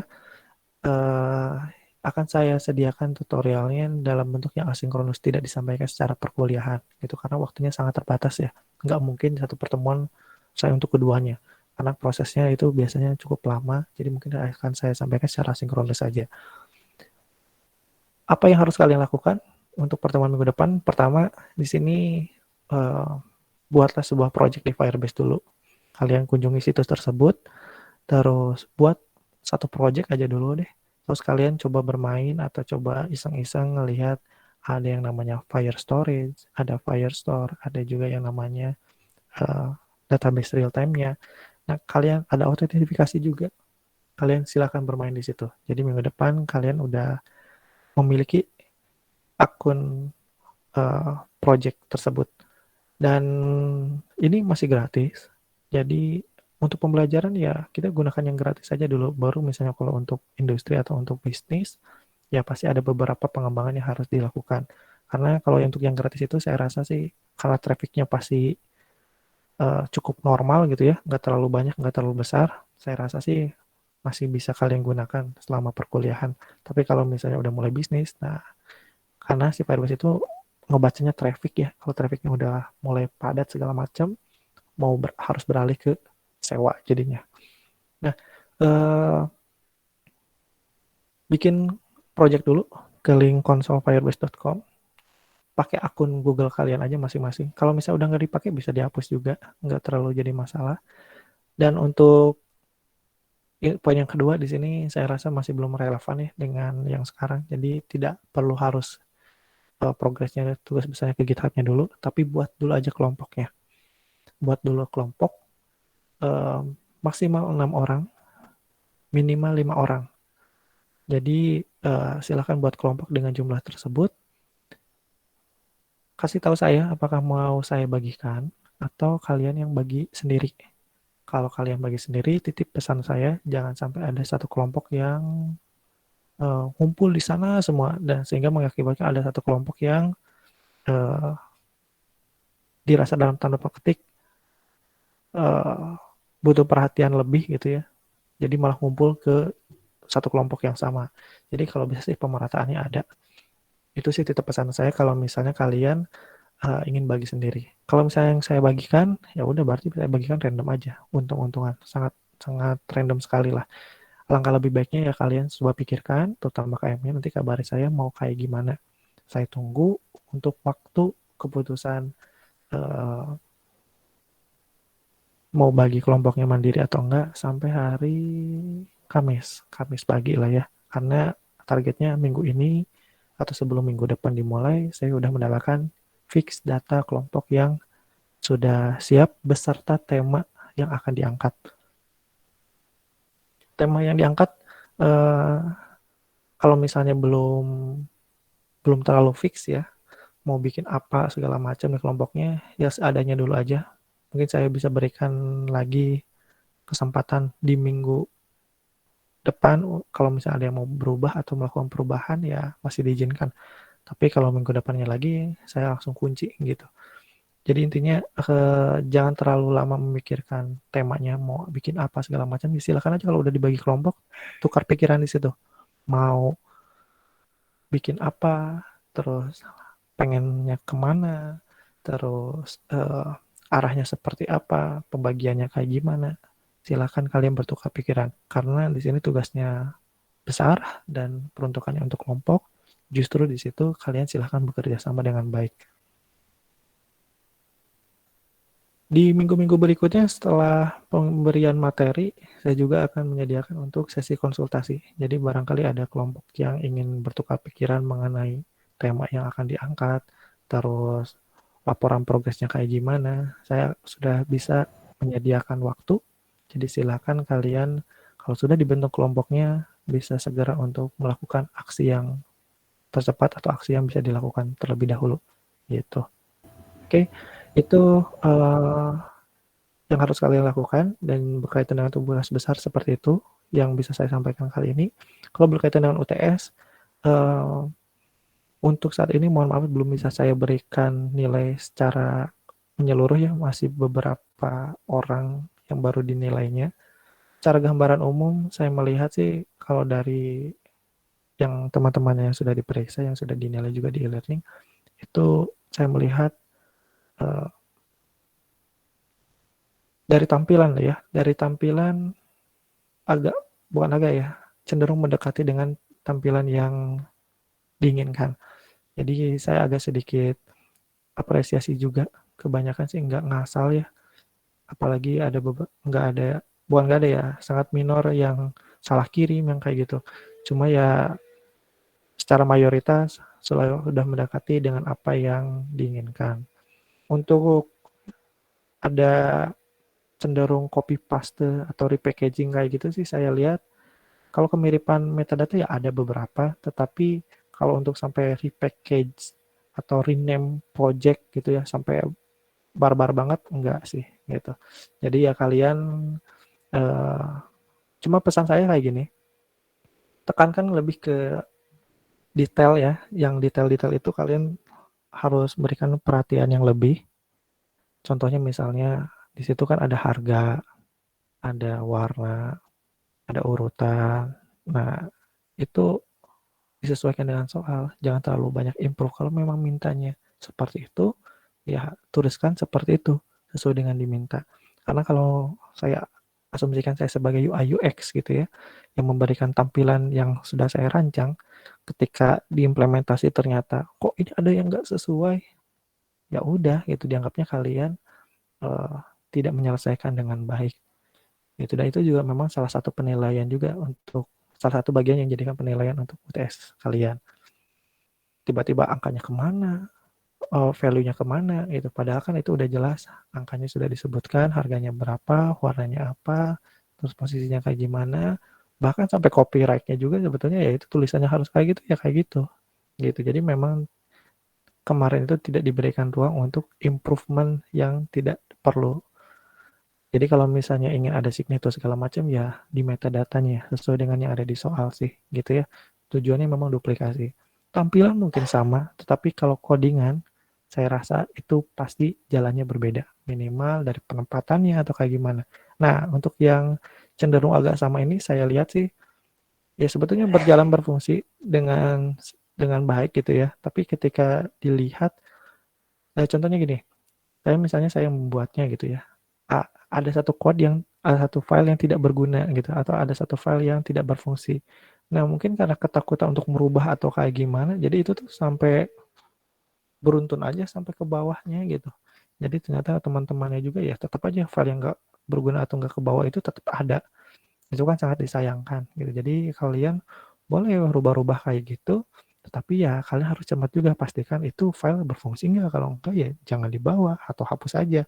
Jadi ketika melihat project itu dari strukturnya aja saya ngeliatan, oh ini mah udah sama banget nih gitu. Memang kalau untuk rename itu nggak kelihatan sih.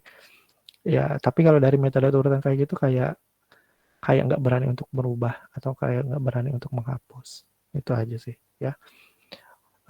Rata-rata kalau yang seperti itu yang saya lihat yang uploadnya mepet-mepet di deadline. Entah itu tanggal 30 atau tanggal 1 rata-rata ya. Kalau misalnya yang paling cepat ada yang tanggal 20 ya pas ujian ya. Misalnya pas ujiannya tanggal 20, katakanlah misalnya tanggal 23 gitu ya, ya berarti tanggal 23-nya malamnya dia langsung mengirimkan. Uh, ya karena kan soalnya udah saya kirimkan jauh sebelum ujian tersebut ya. Jadi ya bisa saya asumsikan ya itu yang pionirnya lah. Seperti itu. Ada beberapa juga yang terkendala untuk yang e-learningnya. Ada yang nggak bisa upload ulang atau segala macam. Jadi ya udah saya sampaikan, ya udah saya selesaikan dengan mahasiswa yang bersangkutan. Uh, Tetap pengumpulannya sih lewat itu ya, lewat e-learning. Jadi kalau misalnya ada beberapa yang tercatat belum mengumpulkan atau misalnya salah mengirimkan dan tidak ada konfirmasi ke saya sama sekali, ya kita selesaikan nanti aja deh setelah semua nilai keluar gitu. Karena jujur saja sih saya juga agak sedikit kebingungan untuk uh, tipe mahasiswa yang kurang peduli ke nilai atau kewajiban yang dilakukan gitu aja sih, sangat disayangkan. Tapi ya nanti kita selesaikannya uh, di minggu depan aja mungkin ya, di minggu depan untuk kasus mahasiswa yang seperti itu. Bila ada di kelas ini yang terjadi seperti itu. Jadi tinggal tunggu aja nilainya semuanya. Kalau misalnya ada yang kalau misalnya udah saya inputkan semua, saya akan beritahukan diinformasikan di grup. Jadi tinggal dicek aja nilainya masing-masing di e-learning. Penginputan terakhirnya tanggal 19, jadi ya mungkin kalau mau ada perubahan atau ada sedikit perbaikan ya paling di minggu depan setelah penyampaian materi di pertemuan ke-9. Oke, itu aja untuk pertemuan kali ini. Yang dipersiapkan, siapkan kelompoknya, siapkan temanya, nanti form untuk pengumpulan tema kelompok segala macam akan saya sediakan, dan juga buat project ininya. Gitu. Ada yang mau tanyakan sebelum saya tutup?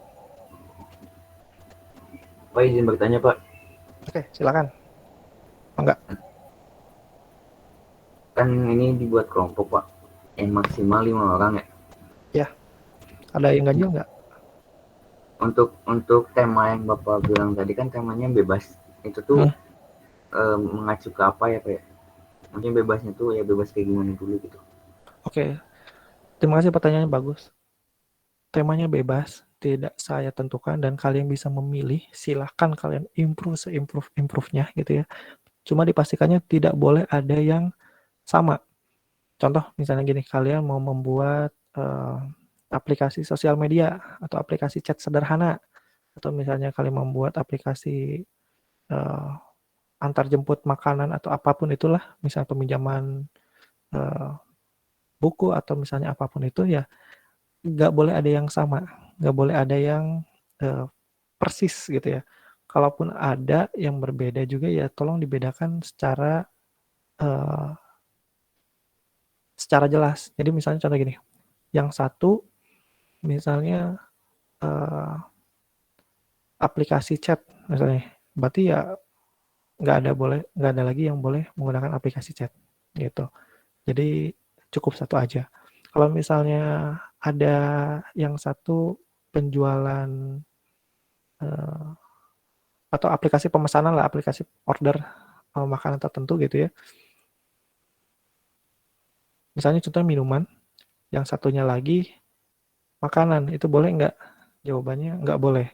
Mungkin kalau mau juga yang satu misalnya jual minuman, yang satu jual baju atau yang satu jual sepatu gitu. Jadi yang benar-benar barangnya itu berbeda, bukan barang yang dalam rumpun yang sama. Paling seperti itu ya perbedaannya. Jadi untuk jenis temanya kayak gimana, terus saya masih bingung Pak ini temanya mau angkat apa atau kayak gimana. Fokus utamanya adalah client server. Jadi pastikan aplikasi tersebut sudah menerapkan arsitektur client server. Udah, selebihnya itu. Selebihnya ya gimana kalian mau ngambilin apapun juga silahkan. Selama semua arsitekturnya, semua case projectnya itu memenuhi arsitektur client server gitu. Chat juga client server kan ya, gitu. Dia kan berinteraksi bukan end to end, tapi dia ke server juga nanti mengirimkan ke lawan bicaranya gitu. Kalau misalnya ada yang bingung Pak ini udah client server atau belum, ya silakan aja nanti setelah dibentuk kelompoknya konsultasikan aja ke saya, mungkin bisa saya arahkan. Kalian lebih condongnya kemana? Ya udah pakai yang ini gitu. Cuma untuk bukan mematenkan ya, untuk mempatenkan tema kalian ya kalian harus cepat-cepatan lah, duluan lah gitu. Sediakan aja 3 jenis lah. 3 jenis, kalau kelompoknya udah dibagi, 3 jenis tema yang akan kalian angkat, dan pastikan temanya sangat berbeda antara satu dengan yang lainnya. Jadi kalau misalnya saya bilang, oh ini udah ada nih, udah ada yang memanenkan yang lain, udah ada yang daftar duluan, silakan yang 2 dan 3-nya apa, mungkin bisa dipilih salah satu gitu. Jadi semakin lama kalian menentukan, akan banyak waktu yang sudah terlewatkan gitu. Jadi jangan terlalu lama sih, tinggal pilih salah satu. Gitu aja. Itu maksud saya tuh. Gimana? Oh iya, kan di sini belum ada keputusan juga ya Pak ya. Kenapa Agam? Maaf suaranya kecil. Coba di ini. Oh iya Pak, kan dari sini juga belum ada keputusan kelompoknya ditentuin sendiri atau ditentuin dari bapaknya. Nah, berarti sebelum pembuatan kelompok, untuk pembentukan kelompok itu sendiri belum bisa ditentuin ya Pak ya? Iya, jadi saya serahkan ke kalian dulu. Saya tunggu sampai hari Kamis ya. Kalau misalnya besok atau hari ini udah ada keputusan bersama, ya silakan jauh lebih baik. Jadi kalian bisa lebih start lebih awal. Tapi paling lambat hari Kamis kalian harus udah ada informasi ke saya, mau kalian bikin sendiri atau saya bikinkan. Kalau saya bikinkan ya berarti saya harus buatkan sehingga di pertemuan minggu depan kita udah tahu nih kelompok siapa, terus ada berapa kelompok, temanya apa gitu. Intinya ke arah sana. Jangan sampai minggu depan masih berbicara kelompok saya mana ya Pak, saya kelompok mana. Nah kalau udah kayak gitu kan, wah 1 minggunya berarti udah terlewatkan gitu aja sih. Sayang ke kaliannya sih, jadi waktunya udah terbuang sia-sia untuk masalah penentuan kelompok saja gitu Iya sih Pak. ya. Iya Pak, saya juga izin menanggapi juga Pak. Mungkin Enggak. memang kalau misalnya ada pemilihan kelompok dari Bapak, itu bisa lebih cepat dan efektif juga. Karena takutnya yang Bapak bilang tadi ada mahasiswa yang nggak dapat kelompok gitu Pak, ataupun ada yang nggak mau dapat kelompoknya gitu. Oke. Itu aja sih Pak. Kalau untuk data sih sebetulnya mau saya berikan nggak? Kalau misalnya kalian kesulitan ya, ini saya bisa memberikan list data yang ada di e-learning. Takut ini mahasiswa siapa aja sih? Nah itu saya bisa berikan. Kalau misalnya kalau mau bikin sendiri, kalau kalian perlu gitu ya. Karena kan agak bingung ya kalau lagi kondisi kayak gini, teman kita siapa aja atau kayak gimana. Bahkan kadang-kadang ada mahasiswa yang cenderung pasif gitu. Nah, saya nggak tahu nih kelompok siapa, kemana, kayak gitu. Jadi mungkin saya bisa berikan list lengkapnya yang terdaftar di sistem. Jadi kalau misalnya di luar itu ya udah, berarti dia nggak terdaftar di sistem, ya udah bukan mahasiswa ini. Itu aja sih. Ya. Baik Pak. Cuma Terima pesan kasih. saya sini satu, kalau misalnya kalian mau bagian sendiri, jangan sampai ada satu kelompok yang powerful ya. Jadi maksudnya gini ya, ngumpul semua di situ. Terus nanti ada kelompok yang apa namanya yang butuh perhatian ngumpul juga di situ. Jadi gini, contoh saya coba ini deh. Misalnya 5 orang nih, passionnya jago-jago semua gitu ya. Nah, kadang-kadang kalau kita di satu kelompok yang sama dengan yang jago-jago kayak gitu, kadang-kadang yang saya ketahui ya, kadang-kadang tuh egonya tuh saling tumbuh masing-masing tuh. Jadi agak sulit untuk menyatukan pikiran karena semuanya memiliki ide dan juga rancangan tersendiri. Nah, daripada bentrok jadi clash dan tidak termaksimalkan dengan baik, lebih baik dari kelima itu ya memimpin 5 kelompok lain, dia jadi ketuanya dan ambil beberapa teman-temannya yang menjadi supporting yang baik gitu. Karena satu kelompok itu kalau misalnya ada 2 nge-lead itu udah kurang bagus gitu. Satu yang nge-lead, 2 lagi supporting, yang satunya lagi sebagai ya sebagai apa namanya? Misalnya sebagai pemberi sarannya atau kayak gimana, atau mungkin ada yang eksekutornya gitu. Karena nge-lead dengan yang eksekutor itu harusnya berbeda gitu. Ada orang yang cenderung, wah saya mah bingung nih harus ngapain, harus diperintah dulu. Ada yang seperti itu. Tapi begitu dia diberikan task, dia bekerja dengan baik. Nah itu bagus juga. Tapi kalau satu kelompok yang sama bingung, siapa nih mau bikin apa, nggak ada yang inisiatornya, nggak ada yang nge-leadnya, kurang bagus juga. Sama-sama pengen nge-lead, itu bahaya juga gitu. Jadi ya silahkanlah coba untuk berbijak gitu ya. Kalau misalnya di 5 orang itu, kalau saran saya sih gini, daripada clash dan di zona yang aman atau yang nyaman, lebih baik coba untuk mengembangkan diri sendiri, coba nge-lead sendiri. Anggap aja dia sebagai lead project-nya lah di project tersebut gitu. Masalah nanti ada yang nggak kerja Pak atau kayak gimana, itu urusan belakangan. Jadi nanti bisa dikomunikasikan setiap minggunya ke saya, misalnya Pak ini belum ada respon nih mahasiswa ini, kenapa atau kayak gimana. Jadi kita diskusi secara internal di kelompok tersebut aja. Mungkin bisa saya tegur atau bisa saya tanya mahasiswa yang bersangkutan gitu. Karena penekanannya gini ya, balik lagi, ini tugas besar, butuh kerjasama kelompok, butuh pertukaran pikiran, jangan dibebankan ke satu orang. Kalau ke satu orang itu ya ini jadinya tugas perorangan, bukan tugas besar. Jadinya tugas kecil gitu ya. Itu aja sih saya titip pesannya. Dan pastikan juga semuanya saling mengisi. Jangan sampai ada satu yang, Pak saya laptop nggak ada sama sekali nih atau kayak gimana. Waduh, udah kayak gitu udah agak aneh lah ya. Kenapa milihnya yang nggak ada device-nya sama sekali gitu ya. Coba dong gabung gitu. Kalau saya yang bagi kan saya nggak bisa ngedata satu-satu tuh ya. Mungkin saya referensinya diambil dari beberapa nilai UTS sebelumnya atau kayak gimana gitu. Jadi sebetulnya saya lebih prefer ke kalian sendiri yang bikinnya sih. Cuma bikin secara bijak gitu aja. Tapi kalau kalian merasa kesulitan, ya mau nggak mau nanti coba saya berikan persepsi dari sudut pandang saya, dilihat dari track record yang sudah kalian lakukan secara individu. Gitu aja, ya. Baik Pak, terima kasih Pak. Oke. Ada lagi yang mau tanyakan, Agam? Atau yang lainnya? Kalau dari saya udah cukup Pak. Oke. Absen gimana ya Pak? Oh iya benar ya kehadiran. Ini ada berapa orang sih? Ntar ya, hampir lupa. 41. Saya cek dulu nih. Udah jalan belum ya? Sebentar, saya cek dulu sistemnya.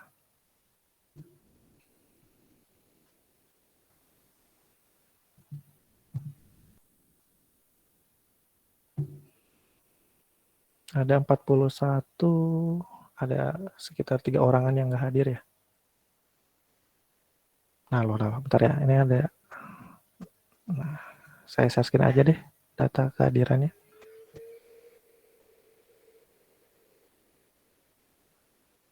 Ya kita absen aja satu-satu dulu di sini.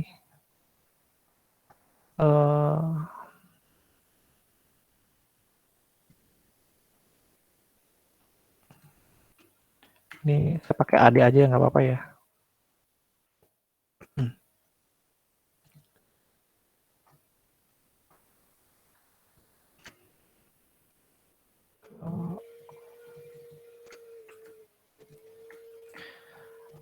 Nah, saya coba absen satu-satu.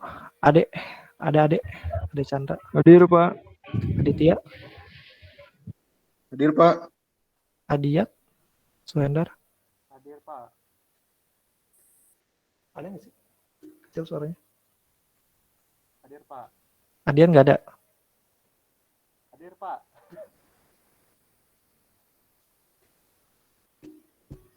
Nah, saya cek dulu.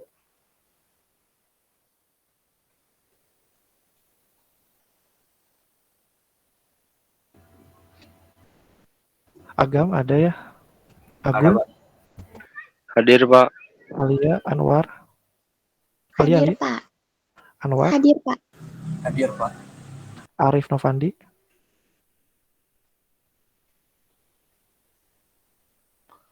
Dede, Hadir Pak. Destristi, Hadir Pak. Diki Abdinur Dwi Putra, Hadir Pak. Diki Maulan Rahman, Hadir Pak. Fadila Fajri, Fadil, nggak ada. Kalau misalnya ada yang ini terbatas atau kayak gimana, kabarin aja. Hadir nanti. Pak. Hadir. Oh, hadir. Fahri Alfarizi, Hadir Pak. Farhan, Arif hadir Pak, maaf. Arif hadir. Oke. Ferdian,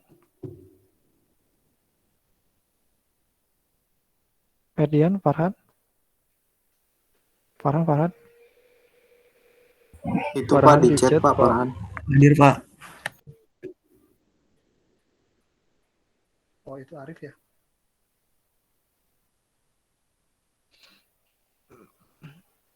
Farhan Muhammad ada. Ferdian. Nggak ada ya Ferdian ya? Nggak ada. Gagan.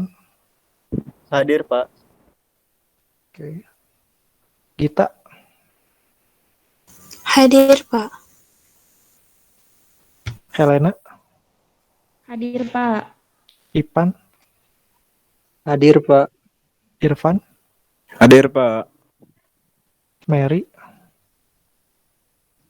Hadir Pak. Mila Kresna,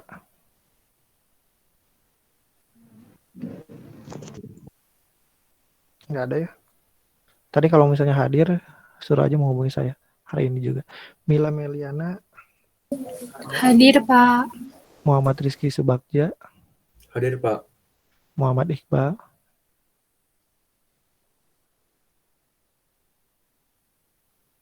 nggak ada ya. Nanti kabarin aja kalau misalnya ada yang nggak kecatat. Muhammad Agyar, Hadir. hadirnya 2 ya. Muhammad Sukma, Hadir Pak. Muhammad Dika Fadlan, Hadir Pak. Naufal Jakim Musyafa, Neng Mariani, Hadir Pak. Rahadian Muhammad Nur Hakim, Hadir, Pak. Rahma Salsabila, Hadir, Pak. Rakazela Fahoyan, Raka nggak hadir ya. Regi Regusta, Hadir, Pak. Rian Oktanto, Rian. Di sini belum ada, nanti kalau ada ya kabarin lagi aja. Ricky Alparisi, Hadir, Pak. oke paling kencang ya Ki. Sandy Arifin, Hadir, Pak. oke. Pak, maaf, Siti Rifki hadir, Pak. Oke. Sandy Arifin tadi udah ya. Terus Siti Mariam, Hadir, Pak. Sonia, Hadir, Pak. Tatan, Hadir, Pak. Tatan Teguh Tio. Oke, ini saya simpan. Hadir, Pak. Ini ada yang mau saya tanyakan. Nanti kalau misalnya ada yang belum tercatat atau nggak sesuai, bisa kalian cek di planning masing-masing ya. Kalau misalnya sistem udah stabil. Ini saya mau nanya ke Tio. Tio, ini gimana nih? Baru masuk sekarang atau gimana nih? Enggak Pak, itu dari awal nama saya nggak ada di absen. Terus Tapi saya udah SS setiap pertemuan Bapak. ya udah nanti coba ditunjukkan ke saya, japri aja ke saya. Tapi ini saya nggak bisa langsung ubah. Ini Iya, harus ke Pak. akademik. Jadi lebih baik ke akademik aja langsung deh ya. Iya Pak. Jadi ke akademik, nanti saya akan coba kirimkan ininya nih. Sekaligus kalau pengen kalian tahu ini siapa aja yang terdaftar. Ke akademik, lampirkan buktinya, nanti akademik yang ubah. Soalnya ini asetnya saya nggak bisa langsung update. Gitu. Iya Pak. Ya, butuh proses juga sih. Rian Ya, Oktora juga sama nih. Oktanto, sorry. Ini kalau Tio, saya mau nanya, kemarin ikut UTS nggak? Kemarin ikut, cuman nggak keburu ngirimnya. Keburu. Harusnya malah nggak bisa ikut. Harusnya ya. Karena basis sistem udah ditolak. Berarti cuma hadir 1 kali. Nanti saya lihat ya. Atau nanti kita bahas di berikutnya aja ya. Iya Pak. Kalau ngomongin ke keburu, saya rasa nggak masuk akal juga sih ya. Karena kan waktunya tenggangnya banyak banget. Gitu. Banyak. Jadi nanti kita coba selesaikan setelah semua nilainya ada deh. Cuma Ya, mungkin persyaratannya agak saya bikin sedikit ketat biar tidak terulang kedua kali. Yang pertama mah kalau mau beresin ini aja dulu sama akademik. Ya Pak. Makasih Pak. Oke gitu aja di pertemuan kali ini. Itu aja yang bisa saya sampaikan. Kalau misalnya ada yang mau tanyakan silahkan tanyakan di grup. Kalau misalnya ada yang personal silahkan juga di private message aja. Terima kasih yang sudah bergabung hari ini. Kurang lebihnya saya mohon maaf. Wassalamualaikum warahmatullahi wabarakatuh. Waalaikumsalam warahmatullahi wabarakatuh.